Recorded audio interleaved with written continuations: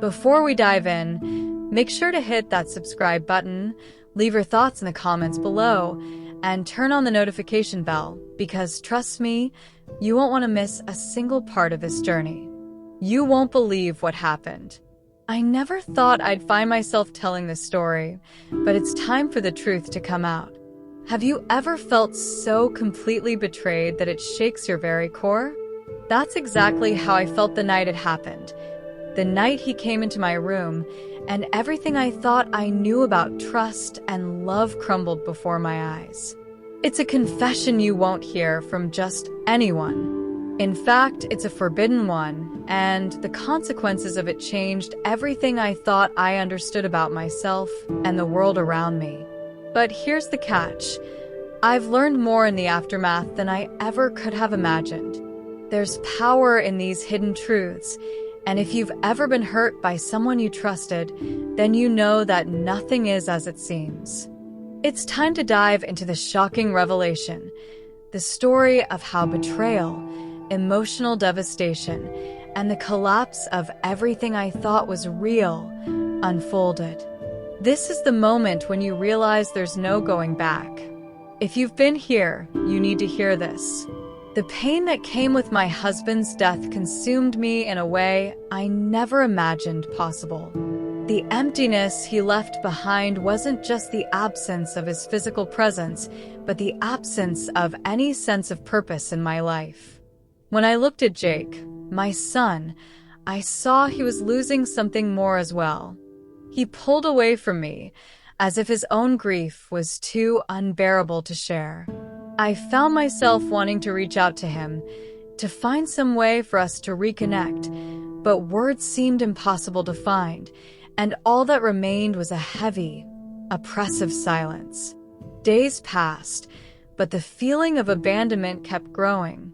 I tried to speak with Jake, but he only responded with a sigh or a blank stare, as if I were a stranger to him.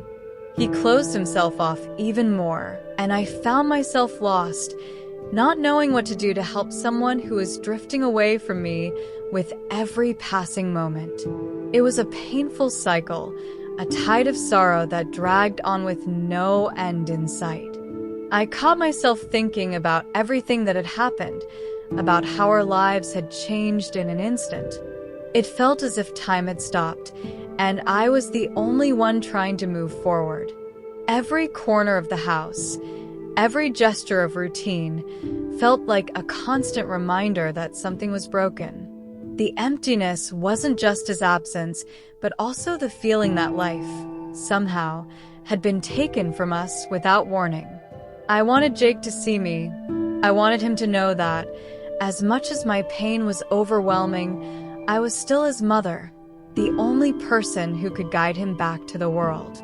Sometimes, in my moments of solitude, I wondered if the words I had in mind would ever be enough to heal his wound, or if nothing I said would make a difference. Every attempt to get closer seemed to just reinforce the distance. But I couldn't give up. I couldn't let this silence consume us anymore. It was as if we were living in a limbo, where answers wouldn't come and questions only multiplied. And then, even in the midst of all this pain, something happened. Something that would begin to change everything. It started with something small, just a simple moment in the kitchen. Jake, who had barely acknowledged my presence for what felt like months, handed me a plate of food without saying a word. I don't know why, but something about that small act made my heart swell with hope. It was so subtle, so quiet, but in that moment, I felt a shift. The wall he had built around himself was still there, but for the first time in a long while, I caught a glimpse of the son I once knew. I wasn't sure how to respond to this new change in him, but I didn't let it slip away. I kept trying, making small gestures, even something as simple as a smile or a brief, encouraging word. It wasn't much, but it was enough for me to start feeling like there was still a connection between us, however fragile it might be. I had no illusions that everything would magically return to normal, but I could see that Jake was starting to engage a little more with me. It was a small victory, but a victory nonetheless. In the days that followed, Jake began participating more in the house. He'd help set the table or offer to clean up after dinner. It wasn't anything extraordinary, but it felt like we were slowly carving a path back to each other. The silence between us had not completely disappeared, but it no longer felt as suffocating. We were beginning to communicate in a way that didn't require words, and even in our quiet moments, I felt less alone. I could see that Jake was trying, even if he didn't fully understand what he was doing. He was reaching out in his own way, in ways that felt safe to him. I couldn't help but feel a sense of relief. Maybe we weren't as lost as I thought. Maybe, just maybe, this was the beginning of something new. I didn't know where this would take us, but for the first time in a long while, I felt a spark of hope. It wasn't much, but it was enough to keep me moving forward. As the days passed, the small gestures between us became more frequent, and with each one, something began to change. It wasn't just the help around the house or the brief conversations.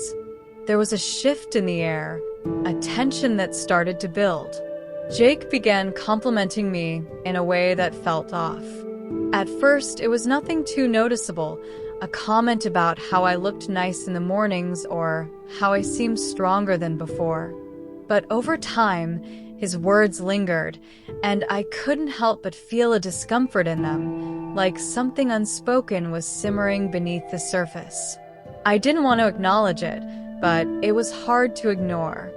His gaze sometimes seemed to linger on me longer than it should, and I began to feel as though I were being watched in a way that wasn't normal for a mother and son. It was subtle at first, but I couldn't deny the unsettling feeling that grew inside me. He was still my son, yet his behavior was pushing boundaries in ways that made me question everything. Was I imagining it? Or was there something deeper at play? Jake, for all his kindness, was becoming someone I didn't fully recognize. His compliments began to feel more like an attempt to draw me in, to create a connection that went beyond what was healthy. I tried to brush it off, telling myself that he was just going through his own grief, just trying to find some way to relate. But the way he started watching me, with an intensity that didn't feel maternal, kept gnawing at me. I could feel myself becoming more and more uncertain, unsure of how to react or whether I should say something at all. The unease in my chest began to grow, and I found myself wrestling with conflicting thoughts. On the one hand, I wanted to reassure him, to let him know that I was there for him, but on the other, I felt a creeping discomfort that made me pull away. There was something in his eyes that spoke of a closeness that wasn't normal, something that went beyond the grief we both shared. And the more I thought about it, the more I realized that this unease wasn't going to go away. It was only going to grow. One night, after dinner, something in the air felt different. Jake sat down across from me, his expression serious, almost heavy. For a moment, I thought he might say something about how he was feeling, about the grief that had been slowly consuming him. But instead, he said something that made my heart skip a beat. "Mom, I don't know how to say this, but I feel something more for you than I should." His words hit me like a ton of bricks. I froze, my breath catching in my throat. Was he really saying what I thought he was? I didn't know how to respond. Part of me wanted to deny it, to tell him that he was just confused, that this was some form of misplaced grief. But the other part of me, the part that could no longer ignore the tension that had been building between us, recognized the truth in his confession. I felt a wave of guilt wash over me, along with an overwhelming sense of fear. I was his mother, and yet his words made me feel as though I were losing that role, that bond, in ways I couldn't control. How could I help him when I was caught in the same emotional turmoil? In that moment, I knew things had changed. The lines between mother and son, which had always been so clear, had blurred. His grief had turned into something more complicated, something I wasn't prepared for. And yet, as much as I wanted to pull away, to distance myself from the emotional mess that had just been revealed, I found myself drawn to him in a way that frightened me. His vulnerability was so raw, and I couldn't help but want to protect him. But how could I protect him from something that wasn't just external, but internal? How could I fix something that wasn't just about him, but about me too? As I sat there, I realized that this wasn't just about his feelings, it was about mine too. I was conflicted, torn between wanting to comfort him and the knowledge that what he was saying was dangerous. The connection between us had always been a maternal one, but now it felt like something else, something I didn't fully understand. It was like standing on the edge of a cliff, unsure whether to step forward or pull back. I knew I had to do something, but what? And how? The tension between us had reached a breaking point. Despite my initial resistance, the emotional weight of everything, the grief, the loneliness, and Jake's vulnerability, made it impossible to stay indifferent.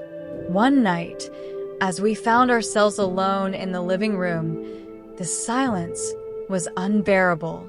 The distance between us, which had once felt like a gulf, now felt like something I could cross with just a breath. I don't know who made the first move, but in that moment, the walls we'd been building between us crumbled. It felt like an inevitable fall, like gravity had taken over. I wish I could say I resisted, that I knew exactly what I was doing, but I didn't. I could feel the pulse of something dangerous in the air, a sharp awareness that what was happening wasn't just a simple moment of vulnerability. It was a crossing of boundaries, a point of no return. And yet, there was something inside of me that didn't want to stop it, something that made me question whether I even could. The confusion in my mind was overwhelming. What had started as a need to comfort had transformed into something that felt, in that moment, like a need to feel something, anything, to escape the pain. The moment itself was disorienting. It wasn't just physical, it was emotional, a tangle of guilt and desire, of grief and longing. It was as if time stopped, and nothing existed except the intensity of what we were doing. But as it happened, I felt a hollowness settle in my chest. It was not a feeling of relief or escape, but of emptiness. I had crossed a line I could never come back from, and the guilt hit me immediately. I had betrayed something much deeper than just a boundary. I had betrayed my own sense of self, my role as his mother. The world outside seemed to disappear, leaving nothing but the weight of what we had just done. As the moments passed and the reality of what had happened sank in, I was left with a sense of horror. I had no idea how to process it, no idea how to look at Jake or even myself again. We had crossed into territory that neither of us was prepared for, and now we were both left to deal with the consequences. The silence between us after that night was even more suffocating than before, as if the unspoken words were too much to bear. I couldn't shake the feeling that things would never be the same again, that we could never return to the way we were before. The days that followed were heavy with unspoken tension. It felt as though every interaction between Jake and me was laced with the weight of what had happened, as if we were both walking on eggshells, afraid of what the other might say or do. The silence was louder than anything we could have said aloud. I found myself replaying that night over and over in my mind, trying to make sense of everything, but the more I thought about it, the more the confusion deepened. I couldn't escape the feeling that what had occurred between us was a dangerous dependency, one that we could never break free from unless we confronted it head-on. I couldn't look at Jake the same way anymore. There was an unease in the way he looked at me now, as if he too was struggling with the aftermath. The guilt between us was palpable, but neither of us knew how to address it. It was as if we had entered into a new phase of our relationship, one that was built on an unspoken understanding, but also on a fragile foundation. I was scared of the bond we had created, scared of the emotional turmoil that now surrounded us. I realized that we were both in uncharted territory, and there was no map to guide us back to where we once were. I spent many sleepless nights reflecting on what had happened. Grief had clouded my judgment, but now I was left with the consequences of that clouded mind. I thought about the role I had played, how I had let emotions that I had been trying to suppress, take over. I was ashamed of what had happened, and I wondered if there was any way to fix what we had broken. Could we ever return to a place where I could be just his mother again? Or had I forever altered the dynamic between us in a way that could never be undone? As the days wore on, I realized that this wasn't just about me and Jake anymore. It was about the fragility of human emotions, how grief could twist and distort the things we once held dear. I knew that what we had crossed wasn't just a line, but a chasm that might be impossible to bridge. And yet, I couldn't help but wonder if there was a way forward. But even as I asked myself that, I knew deep down that the real question was whether we would have the strength to confront what had happened, to face the truth of our actions, and whether we could ever find our way back to a semblance of normalcy. As I sit here, reflecting on everything that has happened, one question keeps coming to mind. Why do we allow ourselves to ignore the signs, to turn a blind eye to betrayal until it's too late? The pain, the emotional wreckage, the shattered trust, it's all part of the story that so many of us live through in silence. But the real question is, how do we heal from it? How do we move forward when everything we thought we knew about love and loyalty has been turned upside down? I want you to ask yourself, do you recognize the warning signs? Are you aware of the emotional lies you might be telling yourself? We all carry scars from the past, but the question is, what are you going to do with them? Will you allow them to dictate your future, or will you face the truth head-on and rebuild what was broken? It's never too late to take control of your story and make a change. Now, if you've found yourself in a similar situation, don't stay silent. I want to hear your thoughts. Leave a comment below, and let's talk about how to break free from the chains of betrayal. And if you want to continue learning, growing, and transforming, don't forget to hit that subscribe button and activate the notification bell. Let's make sure we never repeat the same mistakes again.